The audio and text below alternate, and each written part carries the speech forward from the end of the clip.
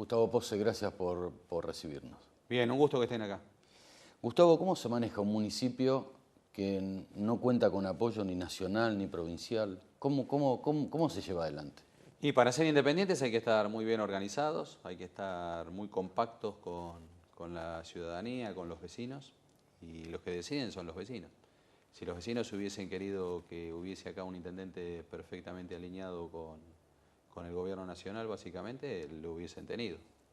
Eligieron un intendente de gestión y además en la época de Néstor Kirchner fuimos muy buenos negociadores institucionalmente de cuáles eran las obras para San Isidro. Estamos hablando de los años 2003, 2004, 2005, 2006. Y bueno, hoy San Isidro, por ejemplo, en materia de inundaciones, sufrió, por ejemplo, el 256 milímetros en 90 minutos el día 2 de abril. Y también había tenido fuerte impacto acá el día 6 de diciembre, como en todo Buenos Aires. Y acá tuvo impacto en menos del 4% de los frentistas y todavía seguimos trabajando para mejorar. Pero eso es porque buena parte de la obra que negociamos con el gobierno nacional fue obra de infraestructura debajo de nuestro suelo. Estamos llegando al 100% de las cloacas, es parte de ese mismo trabajo en conjunto. Bueno, creemos que los vecinos eligieron un gobierno que fuese independiente, que fuese respetuoso de las jurisdicciones superiores, y nosotros estamos muy organizados para no ser dependientes, justamente. Dijo un tema fundamental, ¿no? Que hoy pareciera que está bastante golpeado, diálogo. Diálogo con el vecino, bueno, ida y vuelta, ¿no? Que retroalimenta justamente una misma Es relación. la materia prima de la democracia en república. El diálogo, uno no está arriba, uno está a la par. En algunas cosas está en el lugar de las decisiones, pero es circunstancialmente. Uno siempre tiene que ponerse en el lugar del otro. Y el de la jurisdicción superior, uno ponerse en el lugar del vecino, de la institución.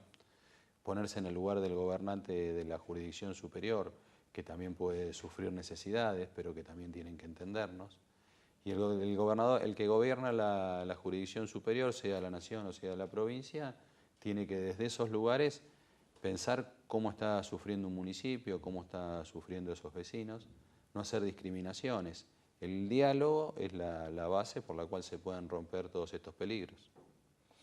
En un momento se articularon políticas con nación, ¿no? Sí. De obras. ¿Hoy no?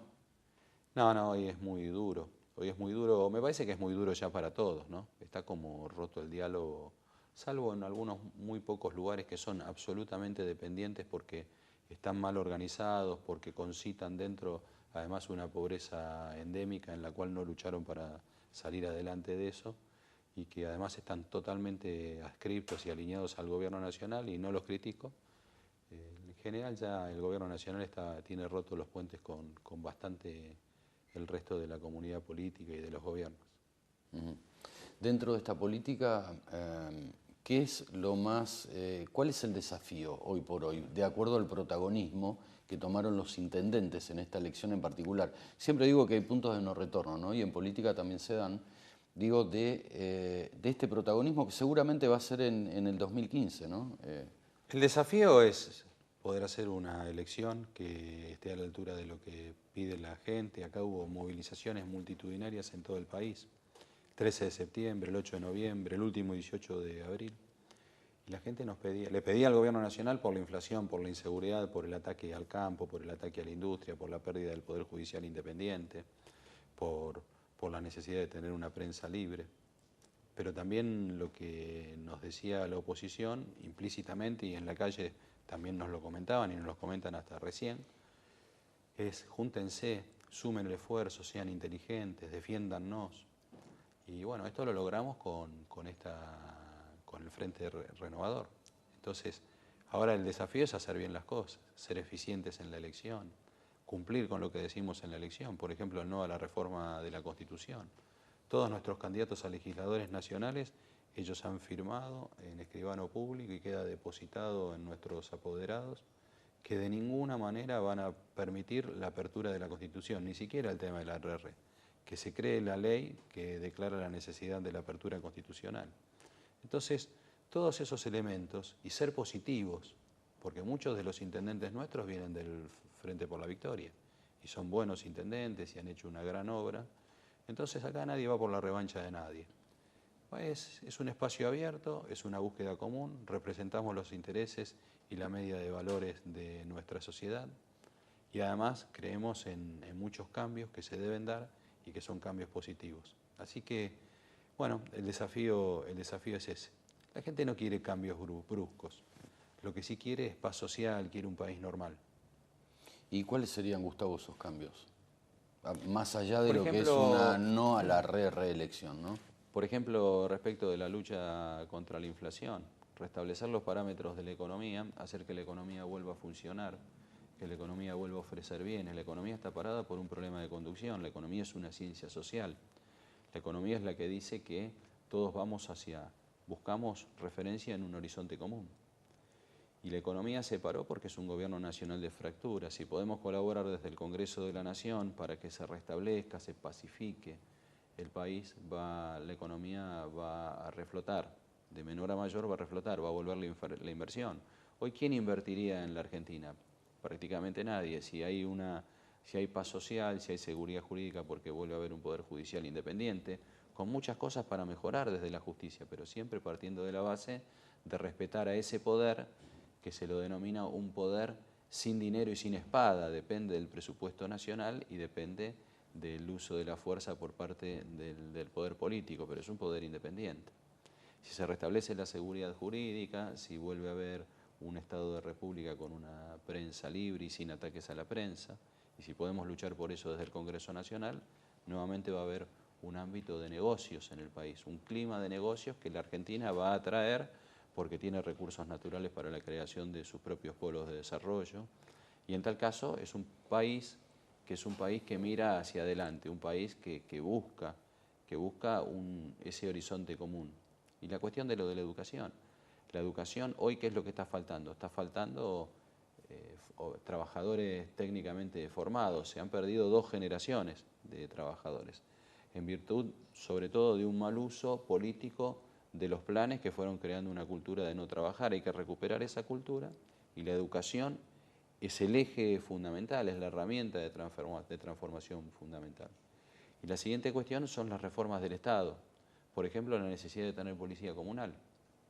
Está en tela de juicio y casi en default la existencia de las policías provinciales o de la policía de la provincia de Buenos Aires. No hay política nacional respecto de cuidar a la gente, no hay deseo, no está dentro de las prioridades del gobierno nacional. Hay una parte que se puede mejorar, que es a través de la policía comunal. Obviamente se requieren de los recursos y se requiere de que los intendentes sean los jefes de la policía en cada uno de los lugares.